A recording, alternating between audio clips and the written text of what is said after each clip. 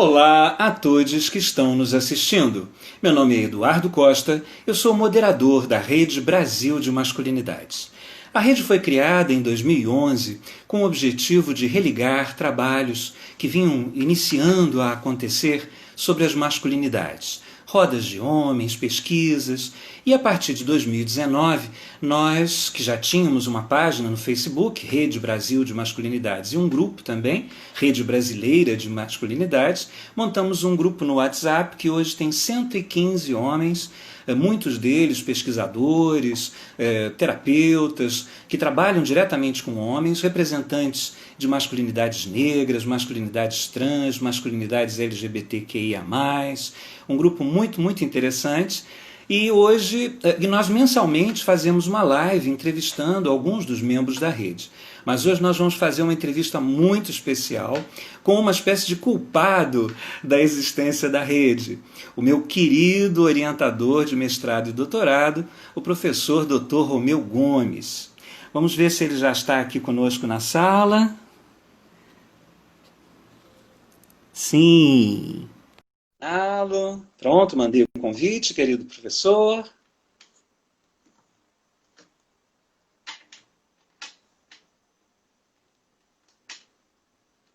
Alô?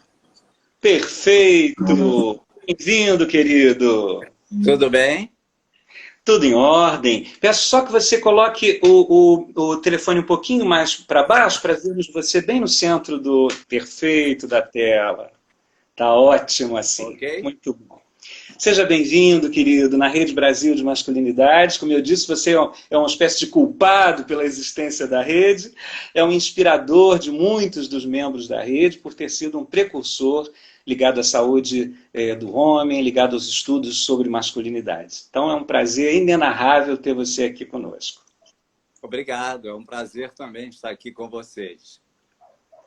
Bom, para quem ainda não conhece o professor Dr. Romeu Gomes, ele possui graduação em Pedagogia pela Universidade Federal Fluminense, sendo licenciado em professor de Sociologia e Psicologia pelo Ministério da Educação. Possui mestrado em Educação pela Universidade Federal Fluminense, livre docência em Psicologia pela Universidade do Estado do Rio de Janeiro e doutorado em Saúde Pública pela Fundação Oswaldo Cruz. Atualmente, é editor-chefe da revista Ciência e Saúde Coletiva, da Associação Brasileira de Saúde Coletiva, professor titular do Instituto Fernandes Figueira, da Fundação Oswaldo Cruz, de onde é aposentado, sendo responsável pela disciplina Antropologia e Saúde, e especialista em projetos do Hospital Sírio-Libanês. É pesquisador do CNPq, com experiência na área da saúde coletiva, atuando principalmente nos seguintes temas: sexualidade, gênero e saúde, saúde do homem, dimensão socioantropológica do processo saúde e doença e avaliação e gestão de tecnologia e inovação em saúde. Ele é um autor de muitos artigos relevantes e livros, destacando-se na área das masculinidades, o livro Sexualidade Masculina, Gênero e Saúde, de 2008, A Saúde do Homem em Foco, de 2010, e A Saúde do Homem em Debate, de 2011. Querido mestre, sempre que nós entrevistamos aqui os homens que trabalham com homens ou que pesquisam a questão das masculinidades, a gente se interessa em saber quais caminhos levaram, então, você a chegar na questão dos estudos da saúde do homem e das masculinidades. Eu comecei mais ou menos na primeira metade dos anos 90. Até então, eu trabalhava praticamente só como professor. Fui professor primário, professor universitário, enfim. Também trabalhei em teatro, mas isso é outra história. E a partir da primeira metade dos anos 90, eu me aposentei na UERJ, né? Aí fiz concurso para a Fiocruz, aí comecei a trabalhar com pesquisa, né? A minha primeira pesquisa foi sobre violência estrutural, pegando famílias que residiam na rua, né? Depois eu fiz uma pesquisa para a OPAS sobre prostituição. Na época se falava prostituição infantil, né? Hoje se fala de uma outra forma, mas eu fiz uma pesquisa sobre isso, inclusive foi minha tese de doutorado, publiquei, né? e continuei estudando violência e sexualidade, gênero, por aí.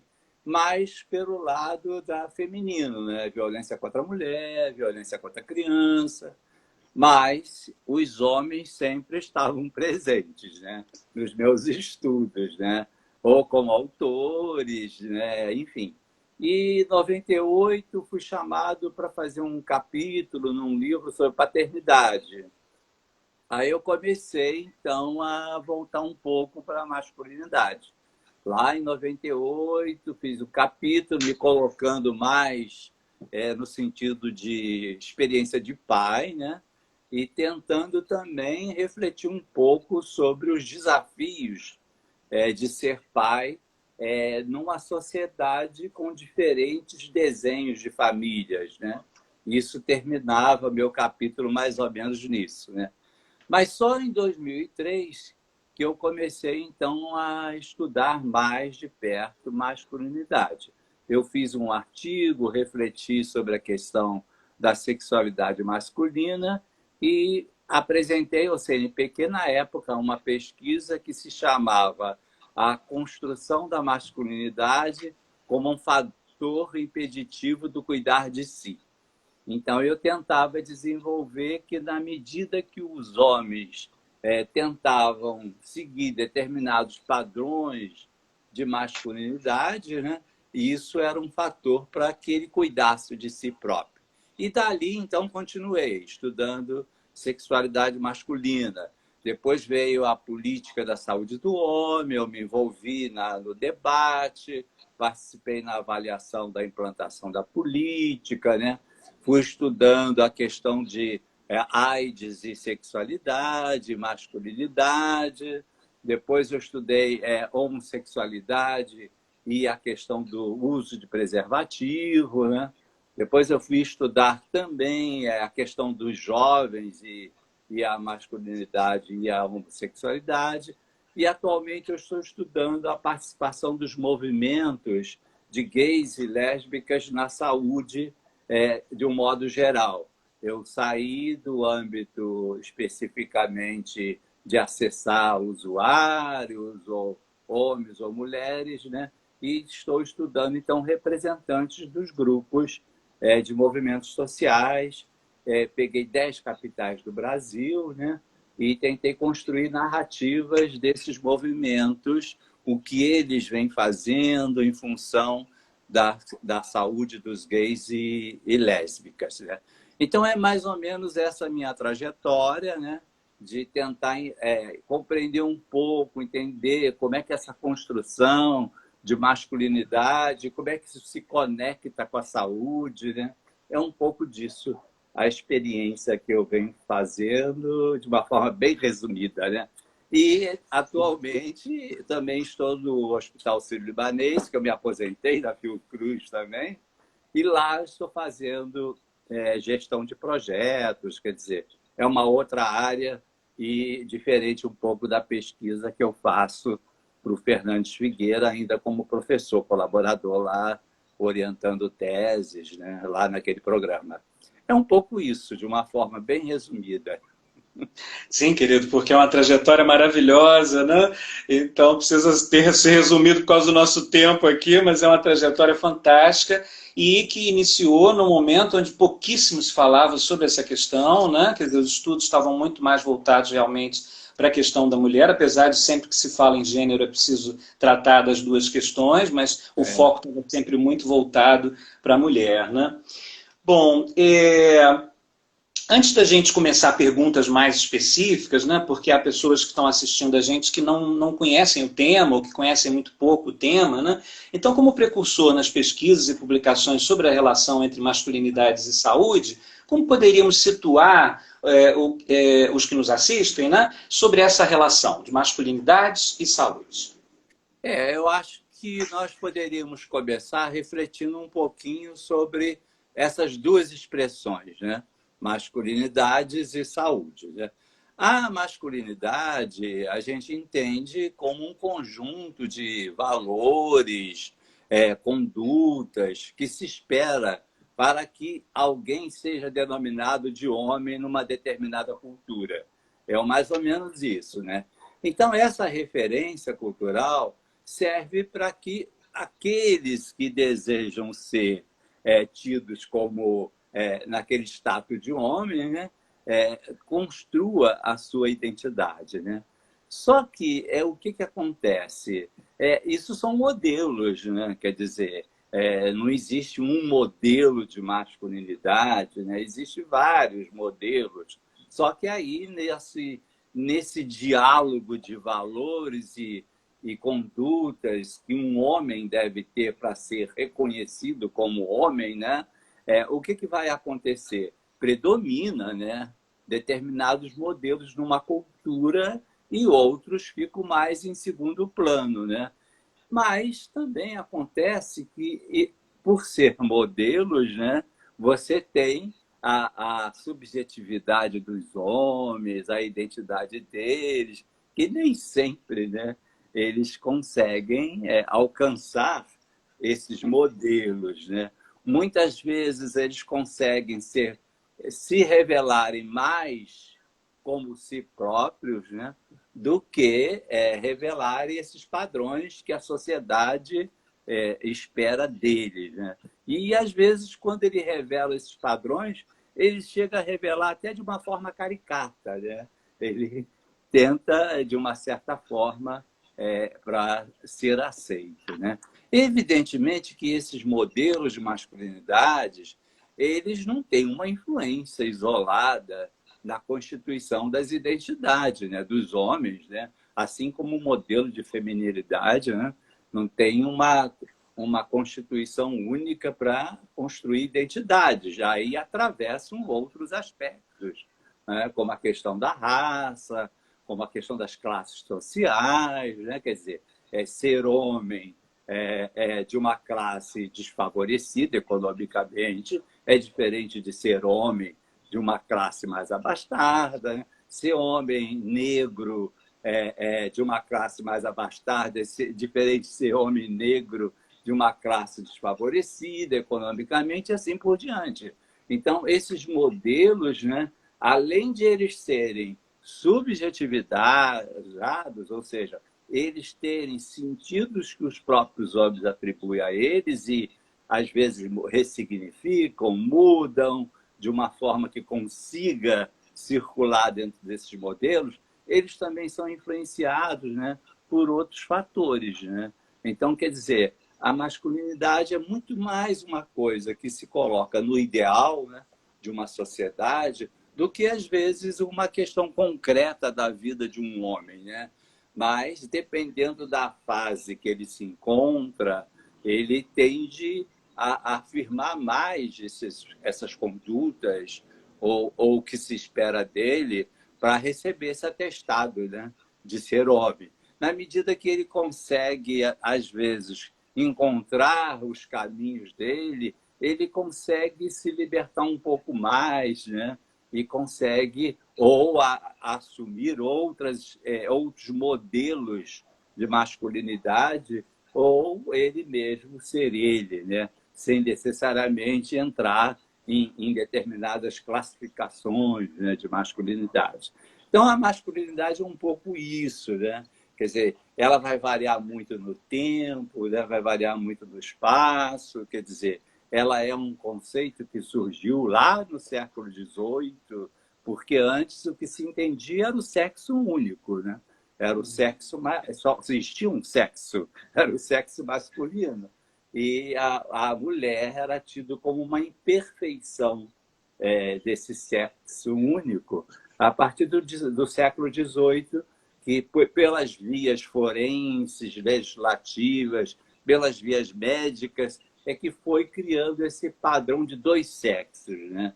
Então, a masculinidade surge aí como um conceito, né? Assim como a feminilidade, né?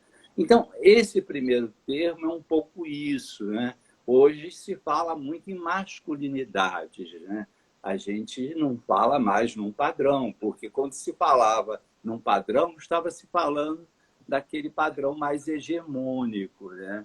Que é muito flexibilizado, principalmente nas relações privadas, né? Nos discursos públicos, entre os homens, nas ações públicas, né?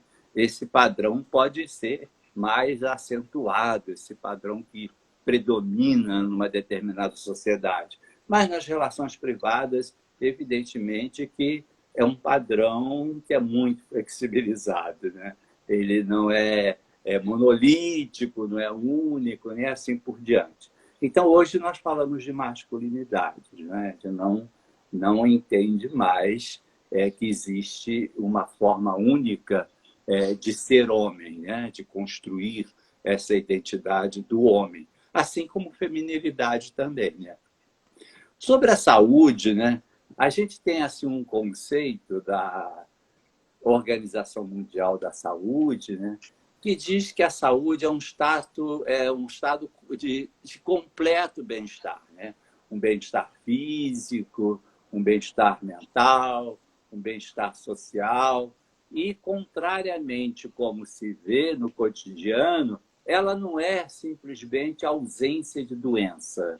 Quer dizer, ser saudável, né, não ter doença, né?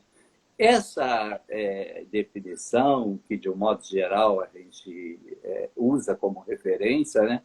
Primeiro, é uma definição muito abrangente, né? Bem-estar completo, né? O que é bem-estar completo, né? Mental, físico, social, como se essas coisas fossem assim tão separadas, né? Quer dizer, então ela uma certa complexidade esse conceito, né? E esse bem-estar, né? Ele tanto pode ser entendido como se sentir bem, ele pode ser entendido como se sentir doente, né? Ele pode ter também como referência ter as suas necessidades atendidas, isso é um bem-estar, né? Só que, por outro lado, a insatisfação do mal-estar também pode ser positiva para a saúde, porque leva as pessoas a superações, ao aperfeiçoamento, né? Enfim, lidar com conflitos, lidar com superações, né? Quer dizer, esse bem-estar ele nem é uma coisa absoluta, né? E nem é uma coisa fixa, né? Ele é muito dinâmico, né? Então, lidar com conflito entre a realidade, o que eu penso, o que eu sinto, com o que eu desejo, né? Isso daí é um padrão que a gente cotidianamente a gente pode viver, né? E aí, juntando esses dois termos, né? Masculinidade e saúde, a gente percebe o seguinte, né? Que muitas das vezes a questão da saúde, por estar muito ligado à questão da ausência, né, de doença, né, ou por estar muito ligado à questão de ser forte, né, ser alguém que não é frágil, né? Então, certas masculinidades, né, não cuidam muito bem disso, né? Porque se ela procura esse cuidado, se ela procura, ela pode mostrar fragilidade, né? Quer dizer, então é muito comum, né? Em algumas culturas, né? Os homens, né? Não frequentarem muito, né? Os serviços de saúde, não buscar ajuda, porque isso pode expressar uma fraqueza, né?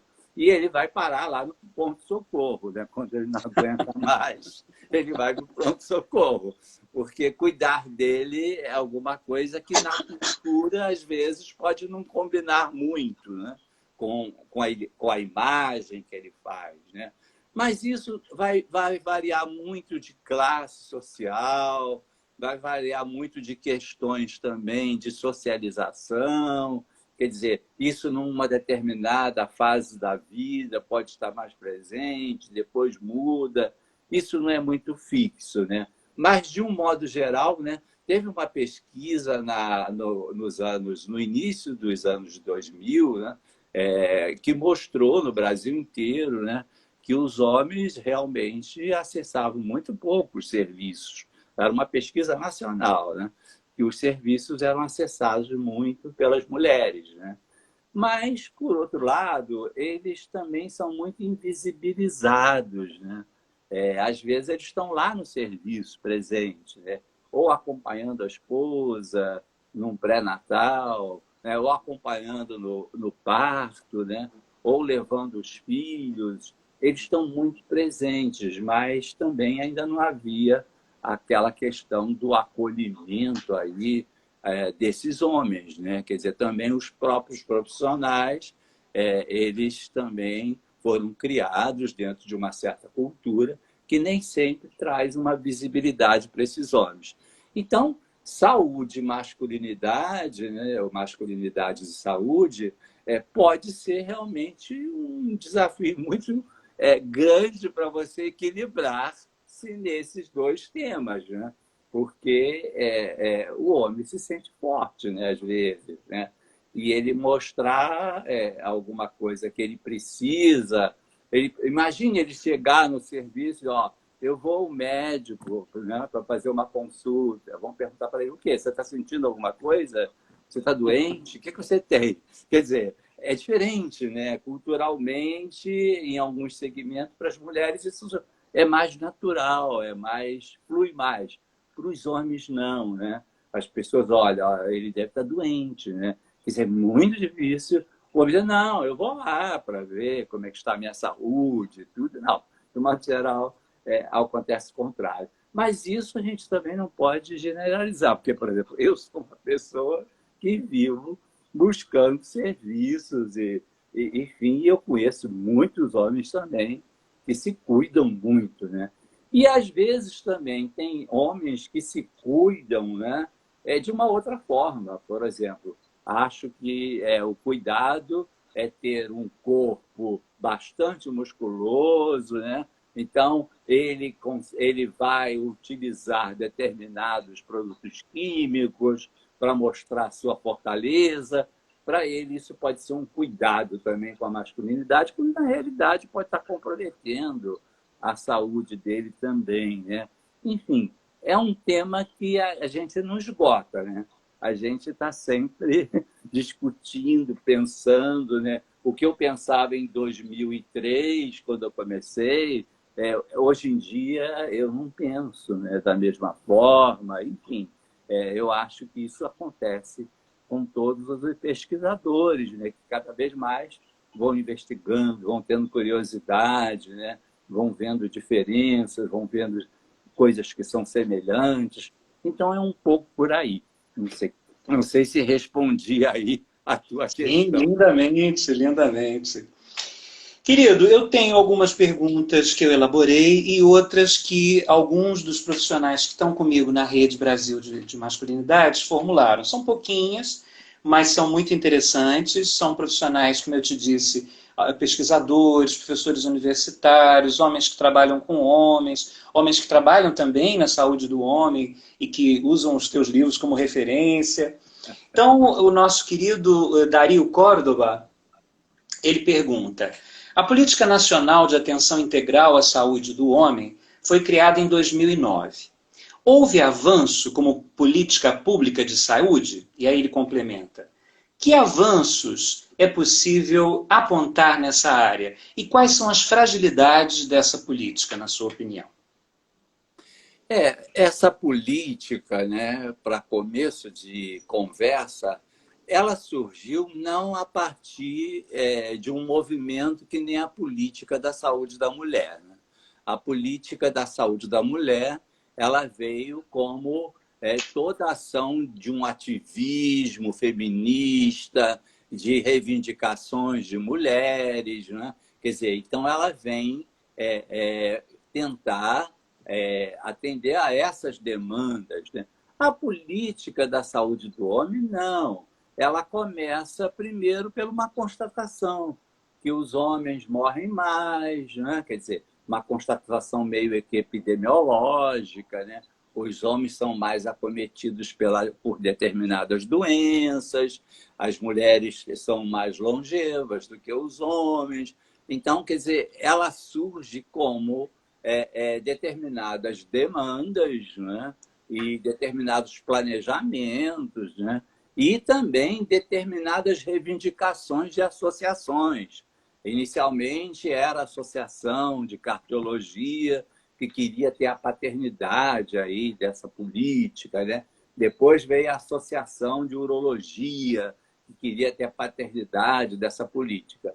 Quando eu tomei contato com essa política da saúde do homem, eu tomei contato numa consulta pública que o Ministério da Saúde fez.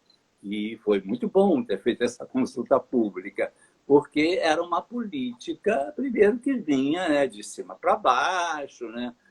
Os homens não estavam pedindo para determinadas, não estavam fazendo reivindicações para serem atendidos. Aquilo era uma questão mais de uma linha programática, né, para poder atender determinadas incidências ou prevalências de homens, né, um pouco assim. E, na época, nessa consulta, eu lembro, né, houve um debate muito intenso. Eu tentei discutir com outros pesquisadores, trazer a questão do gênero para essa política, porque não falava de gênero, né? Trazer a questão da interseccionalidade, né? Trazer essa questão de negros, a questão de... Enfim, tentar tornar um pouco mais complexo essa política, né? E aí essa política ela ganhou um formato assim mais, como eu diria, politicamente que abrangeria, né, algumas ações que nós poderíamos incluir discussões que iriam para além daqueles marcadores clássicos epidemiológicos, né, que seria o problema de cardiológicos, problema da próstata, quer dizer, a gente queria incluir aí outras discussões que envolveriam os homens, né, que não estavam sendo pautadas. Então, elas começaram, o Ministério, na época, teve uma abertura, né, conseguiu ouvir essas questões, né, e foi uma política interessante que ela nasceu com verba, tinha uma dotação orçamentária, né? Os municípios que adeririam a essa política, eles receberiam determinados recursos para desenvolver programas, né? E aí me convidaram para formar um grupo para avaliar a implantação dessa política, né? E o que a gente percebeu no início, por esses planejamentos que alguns municípios traziam, que eles continuavam fazendo as mesmas coisas, né? Quer dizer, eles continuavam a ver o homem só na questão de parto, falar só de diabetes, de grupo de diabetes, ou grupo de problemas de cardiológicos, quer dizer, eles ficavam um pouco nisso e pouco tocavam em outras questões. Sexualidade, por exemplo, era alguma coisa que não se tocava, né? E levamos muito tempo, né? Eu acho que eu fiz umas 2 ou 3 pesquisas voltadas para essa política, né? Tentando trazer essas questões, incluir, né? Discutir a questão cultural, discutir a questão das mulheres, né? Quer dizer, não posso discutir homens, né? Sem discutir mulheres, né? Discutir a questão de outras masculinidades, né? Ela andou até um certo ponto e depois, pelo que eu saiba, ela não tem, apesar de ter sido uma política de Estado, que não era uma política de governo, era uma política de Estado, como a política da saúde da mulher, né? Ela, na minha visão, não andou para frente. Hoje em dia, você não tem... você, na época, tinha uma coordenação da política da saúde do homem, né? Quer dizer, ela foi meio que deixada... E eu acho que também não é só ela, né? Eu acho que a própria política da saúde da mulher também, a política da saúde do adolescente, que eu acho que não chegou nem a deslanchar. Quer dizer, várias políticas de Estado, né? Elas também ficaram meio que não implementadas ou não tendo continuidade. Quer dizer, a meu ver, teve assim alguns retrocessos, né? E voltou-se novamente a tentar fazer uma assistência a partir do eixo de doenças, né? Do eixos epidemiológicos, né? E não tentando aí ver essa questão de gênero, né? Que é uma questão importantíssima, que eu ainda acho que há uma lacuna, né? Não só na saúde do homem, mas na saúde da mulher e por aí afora. Para a mulher, o atendimento é muito voltado para o pré-natal, muito voltado para ser mãe, né? Quer dizer, ou muito voltado para determinados protocolos, como câncer de mama, a mesma coisa o homem, né? Então, eu acho que essas políticas, apesar de serem políticas de Estado, né? Não serem políticas de um governo, né? Eu acho que elas estão meio que adormecidas ou negligenciadas ou de lado, quer dizer. Então, eu vejo assim. Agora, foi bom porque criaram-se grupos, né? Quer dizer, criaram-se serviços. Eu acho interessante, existe iniciativas, né? Mas uma iniciativa coordenada ou em termo estadual, ou em termo federal, não existe mesmo isso, né? Você tem algumas iniciativas, algumas experiências exitosas que procuram incluir, botar na pauta, né? Essas questões de gênero, de sexualidade, masculinidade, feminilidade, enfim, essas questões das masculinidades não hegemônicas, a questão dos casais homoafetivos, né? A questão da transexualidade. Você tem aí alguns movimentos tentando incluir, né? Trazer isso para o campo do debate público, né? Que eu acho que está um pouco negligenciado, na minha visão, né? É uma tristeza. Bom, com isso você de alguma forma já responde a outra pergunta do próprio Dario Córdova, que é sobre se as políticas estão bebendo, né? Vou ler a pergunta. É notório o aumento de grupos de homens que se reúnem voluntariamente para refletir suas masculinidades, pelo menos nos últimos 10 anos. Qual é a influência dessa iniciativa para as ações estratégicas do Estado? Acho que não há, né? Eles não estão se alimentando desse movimento, ou estão? Eu vejo que talvez não, né? Porque a política da saúde do homem são princípios muito genéricos, né? Quer dizer, que depende de ações programáticas, né? De estados, né? Assim como você tem em relação ao ativismo da AIDS, né? A AIDS teve um momento que o ativismo da AIDS foi muito influente, né? Você tinha editais, você tinha pesquisas, você tinha...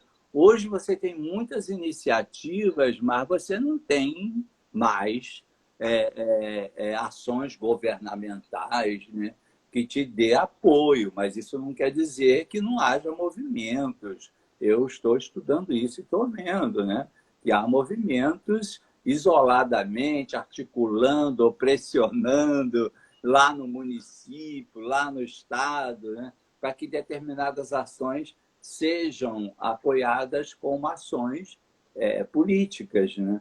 Então, quer dizer, eu vejo que nesse ponto, talvez, a política essa, como a da saúde da mulher e outras, né? A questão da política LGBT também, eu vejo que essas políticas, elas pelo menos são espaços legais, são leis, né?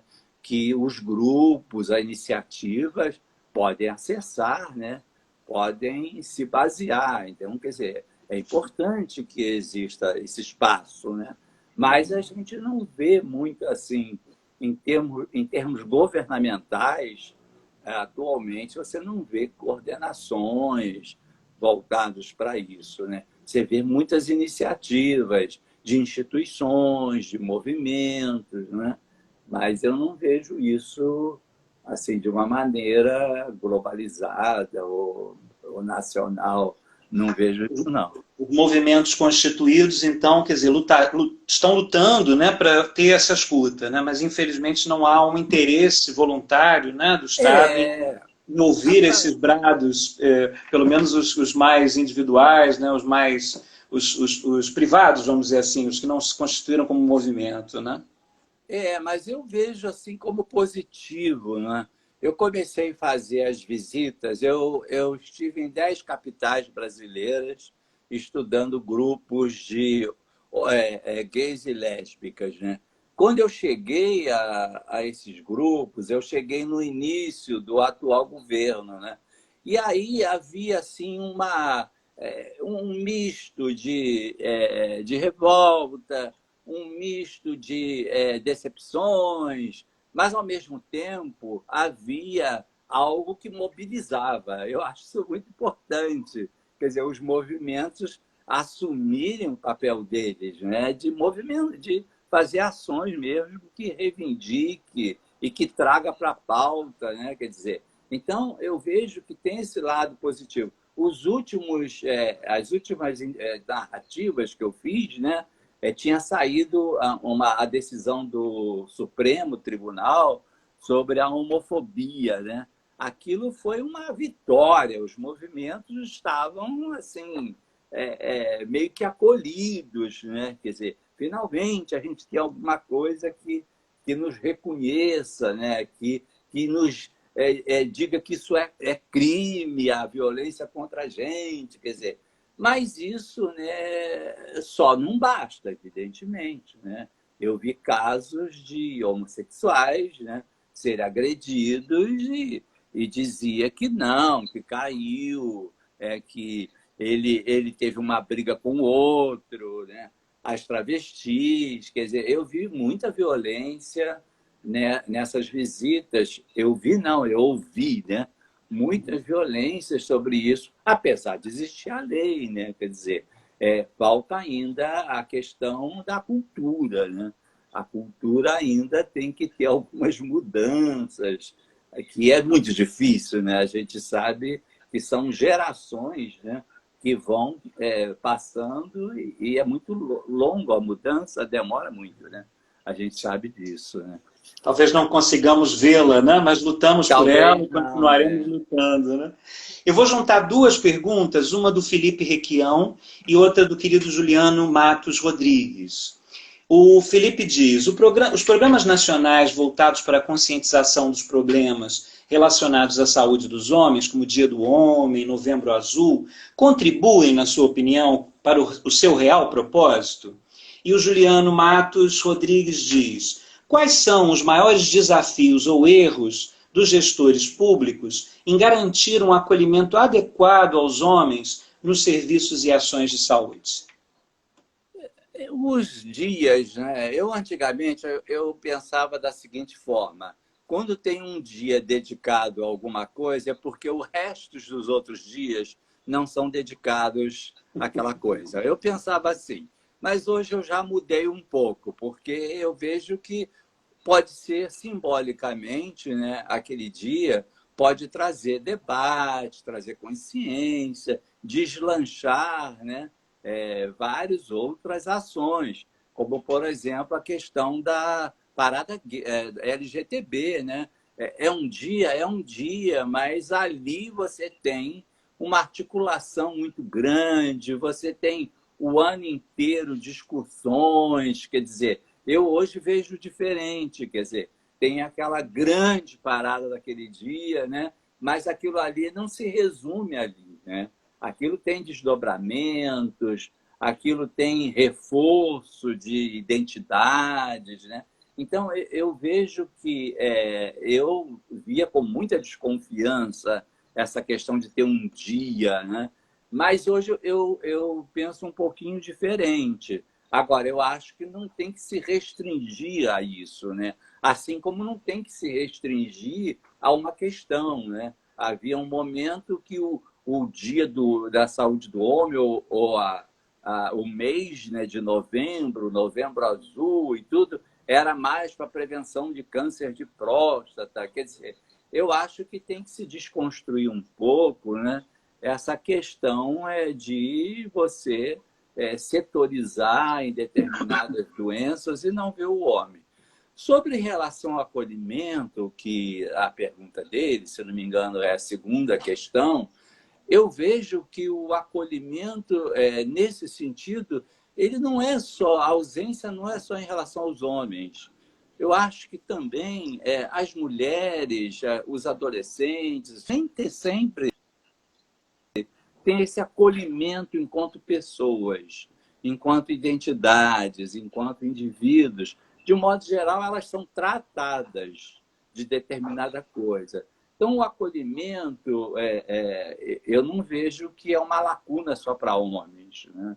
Eu vejo que está presente, de um modo geral, também nos serviços e tudo. É claro, a gente não pode generalizar. Há serviços, há profissionais que têm uma visão ampliada, acolhem, né? Mas não sei se está atualmente, eu mudo um pouco de ideia, que isso é um problema só em relação ao masculino, né?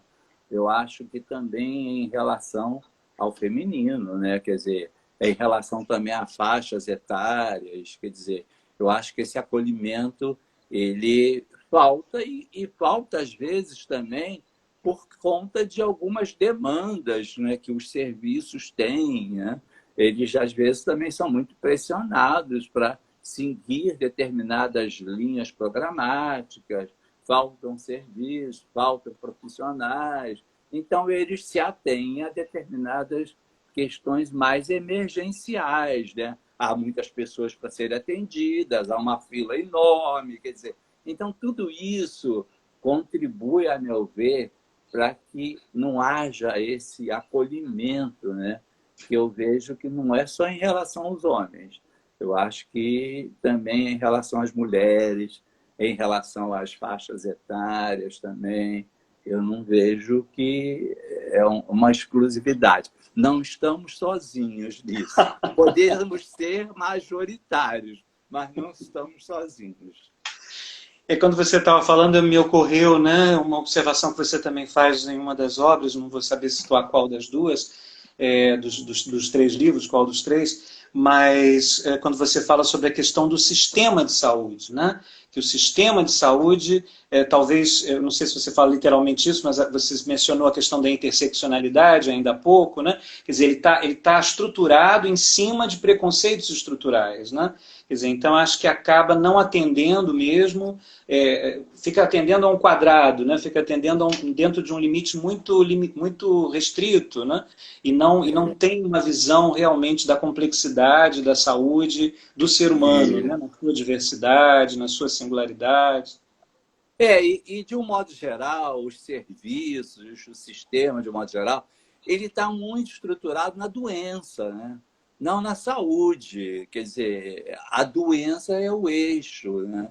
Quer dizer, a saúde, esse bem-estar, né? Se você não tem nada, por favor, vá embora, que tem uma fila aqui enorme que está precisando de ser atendido. Quer dizer, os serviços ainda, né?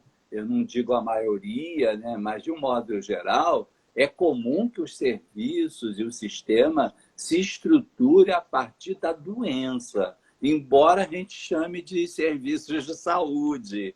Quer dizer, eles têm as linhas programáticas de doença. Eu não estou dizendo que não tem que cuidar das doenças, claro que tem que cuidar, né? Mas esse a mais, que é esse bem-estar, né? De um modo geral, ele não tem muito espaço, né, para os serviços, ou por falta de recursos humanos ou financeiros. Não há muito espaço para esse, né? Esse outro lado do bem-estar, que não é simplesmente a doença, né? Então, acho que predomina muito o paradigma da doença, né? Esse é o predomínio, né? Que nos impede olhar mais essa integralidade que você coloca, né? Isso daí, para mim, é uma coisa estruturante, né? Essa questão da doença. Tanto no nível da formação do profissional, como no nível do atendimento, como no nível da gestão. Quer dizer, há um predomínio muito grande na doença, né? E não na saúde, né? Essa é uma percepção que eu tenho da minha experiência. Sim. A querida Elaine mandou uma pergunta e eu vou misturar com uma que eu já tinha construído, né? Ao falarmos de saúde do homem, ainda nos pautamos no conceito de homem universal, concebido como cis, hétero, branco e rico? Que lugar os homens pretos, gays, trans e os outros que não se encaixam nesse padrão têm no acesso à saúde? E a Elaine diz, Romeu, qual a perspectiva de homens trans na relação com a sociabilidade masculina, uma vez que os homens trans tiveram uma outra sociabilidade? Ó, essa questão da saúde do homem é aquilo que eu falei no início, né? É muito atravessado por essa masculinidade hegemônica, né? O que é essa masculinidade hegemônica, né? Ser homem é não ser mulher, né? Ser homem é gostar de mulher, né? Ser homem é gerar filhos, assim como ser mulher é gerar. Quer dizer, essas outras masculinidades, elas ficam muito invisibilizadas, né? E nem sempre são colocadas na categoria de homens, né? Então a gente vê muito isso. Então, essa expressão saúde do homem, de um modo geral, ela é muito influenciada por esse modelo hegemônico de masculinidade.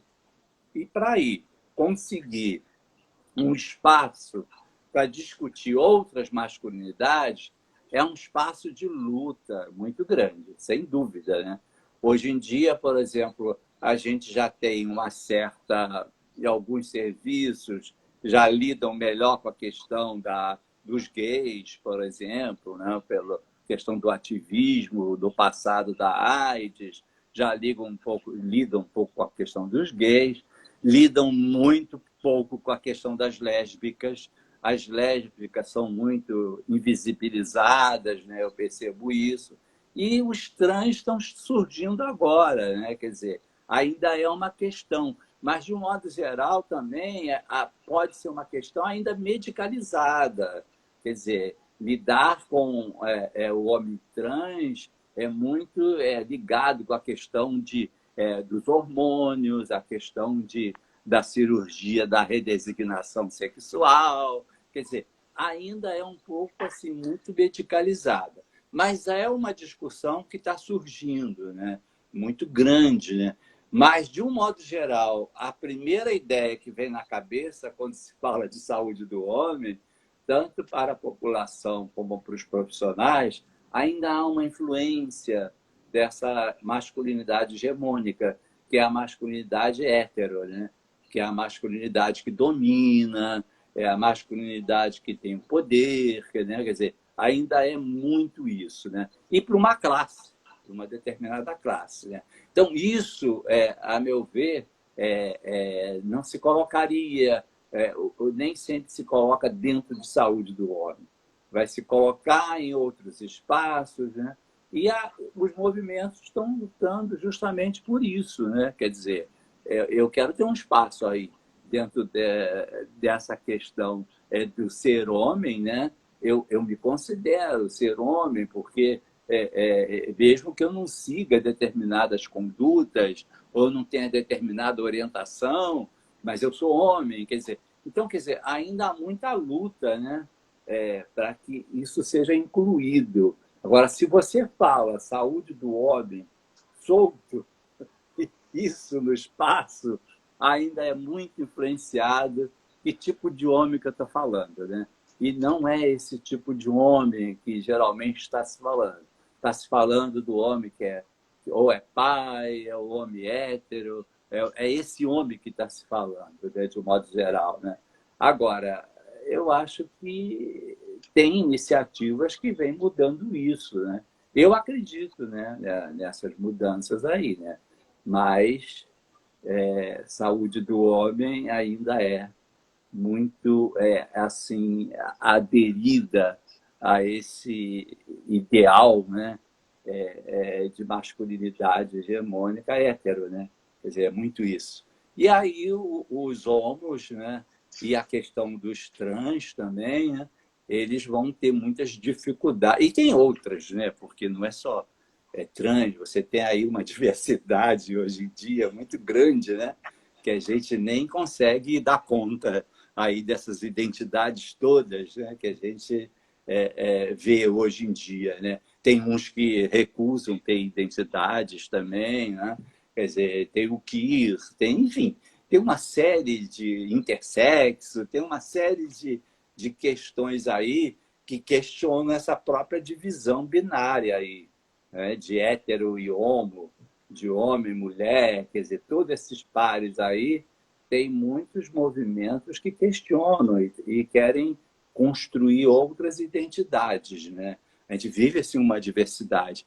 Mas respondendo a ela, quando eu falo saúde do homem, geralmente pode estar embutida aí essa questão da masculinidade hegemônica. Querido, a gente está quase terminando, é uma pena, tem tanta coisa para te perguntar, tanta coisa para conversar com você, acho que vamos ter que fazer uma parte 2. Bom, eu não posso deixar de mencionar, né, quando a gente está falando de saúde de homens, da situação que a gente está vivendo, né, do quadro de pandemia. E a Covid, ela nos mostrou que o mito da invulnerabilidade masculina continua em alta, né, porque nas leituras epidemiológicas, o número de homens é prevalente, tanto entre os infectados quanto os mortos, né? O que você nos diz sobre esse quadro? Quer dizer, você já vem colocando sobre as mudanças serem lentas, serem difíceis, o padrão, né, hegemônico ele acaba sendo prevalente, mas que leituras? É essa leitura que a gente deve fazer? Quer dizer, que está Olha, de um modo colocando os homens geral, nesse lugar? os homens são prevalentes, né, em quase todas as doenças, né, de um modo geral. Ou porque se expõe muito, ou porque não se cuida. Há uns que defendem a questão da constituição hormonal, enfim. Há várias teorias aí, hipóteses, mas, de um modo geral, os homens eles morrem mais, eles são mais acometidos por doenças, né? E na pandemia também, eu acredito que não poderia ser diferente, né? Porque, de um modo geral, se expõe. Já há outras ideias que acham que as mulheres são mais resilientes, enfim, que elas que são muito mais fortes do que os homens. Quer dizer, existem várias explicações. Agora, essa pandemia aí realmente é uma coisa muito nova, né? A gente só conhecia isso na literatura de século passado, né? Com essa proporção, né? A gente não tem ideia, né, do que é isso, né, e por que acontece. Porque se eu for pegar, por exemplo, doenças cardiovasculares, eu posso associar alguns fatores em relação à vivência ou à vida de homens que facilitam mais, né? Se eu for pegar, por exemplo, diabetes, a mesma coisa. Quer dizer, nessas doenças que a gente conhece, existe até algumas hipóteses explicativas por que existe mais homens, ou porque não se cuida, ou porque isso. Mas a pandemia realmente é quadro novo, né? A gente não tem ideia, né, disso, né? Agora, não é de se espantar, porque eles são prevalentes. Na maioria de todas as doenças, né, os homens eles adoecem mais, embora só lá, mais às vezes no estágio final, que eles se cuidam, né? Mas eles morrem antes, eles se adoecem mais, enfim. Né? Então, eu acredito que segue um padrão, né? Não sei. Mas eu parece não que sei. teve uma pesquisa que relacionou a questão do testículo com uma possibilidade de contaminação, né? Uma pesquisa iniciou nessa direção, mas eu acho que o que você colocou tem muito sentido, É né? Quer muito dizer, eu acho que é novo. o principal, né? A grande exposição, né? Por exemplo, a É, baixa adesão à máscara, por exemplo, já que máscara é isso, privilegiado, né? Então, isso aí. e, e a influência nefasta do nosso atual E presidente. você vê que ainda há pessoas que dizem, eu sou forte, né? Não vou pegar esse negócio, né? É uma gripezinha, né? Quer dizer, enfim. Então, você tem ainda alguns modelos, né? Eu sou atlético, né? Quer dizer, eu sou corredor, quer dizer, enfim. Você ainda tem alguns resquícios aí de masculinidade hegemônica que faz com que você é pego, né, de surpresa, de repente, né, enfim. Mas é um negócio muito novo, né?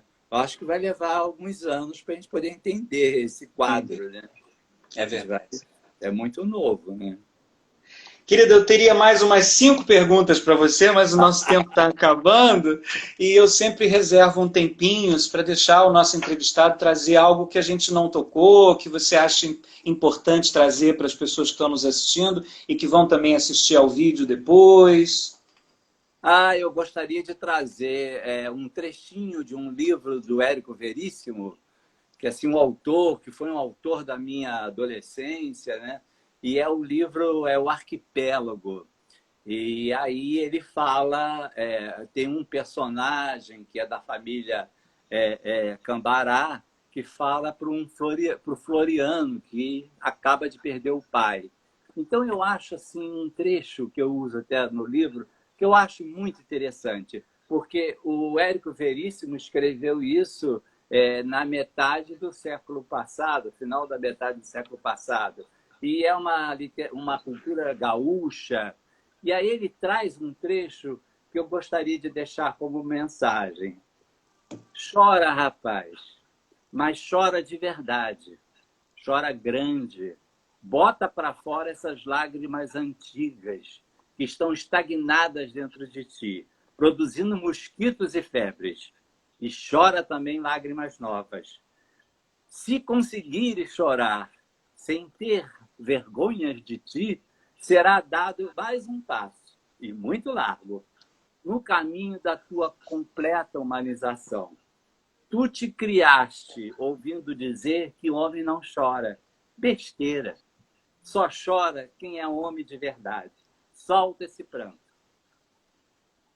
É a mensagem que eu deixo para vocês. Bravo, bravo! Muito Lindo, obrigado lindo, pela querido. oportunidade, tá? Um grande Querido, eu é abraço. que agradeço. Nós estamos super gratos com as tuas palavras, com as tuas reflexões. Espero que você fique bem, que todos nós possamos sair dessa situação e possamos nos abraçar novamente. Né? Isso Foi aí. uma alegria te rever, falar com você. E a gente vai trocando então. Um Foi beijo um no prazer coração, também. querido. Uma boa noite para vocês. Obrigado.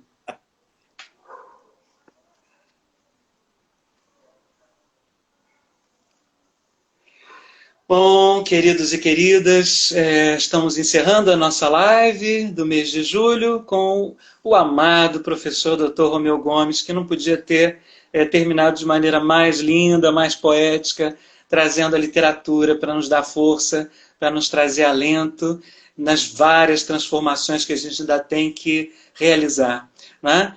Um beijo grande para vocês que ficaram nos assistindo e para aqueles que quiserem ver, avisem os amigos, estará aqui no IGTV do Instagram para poder ver e rever várias vezes essa linda live com o nosso amado professor.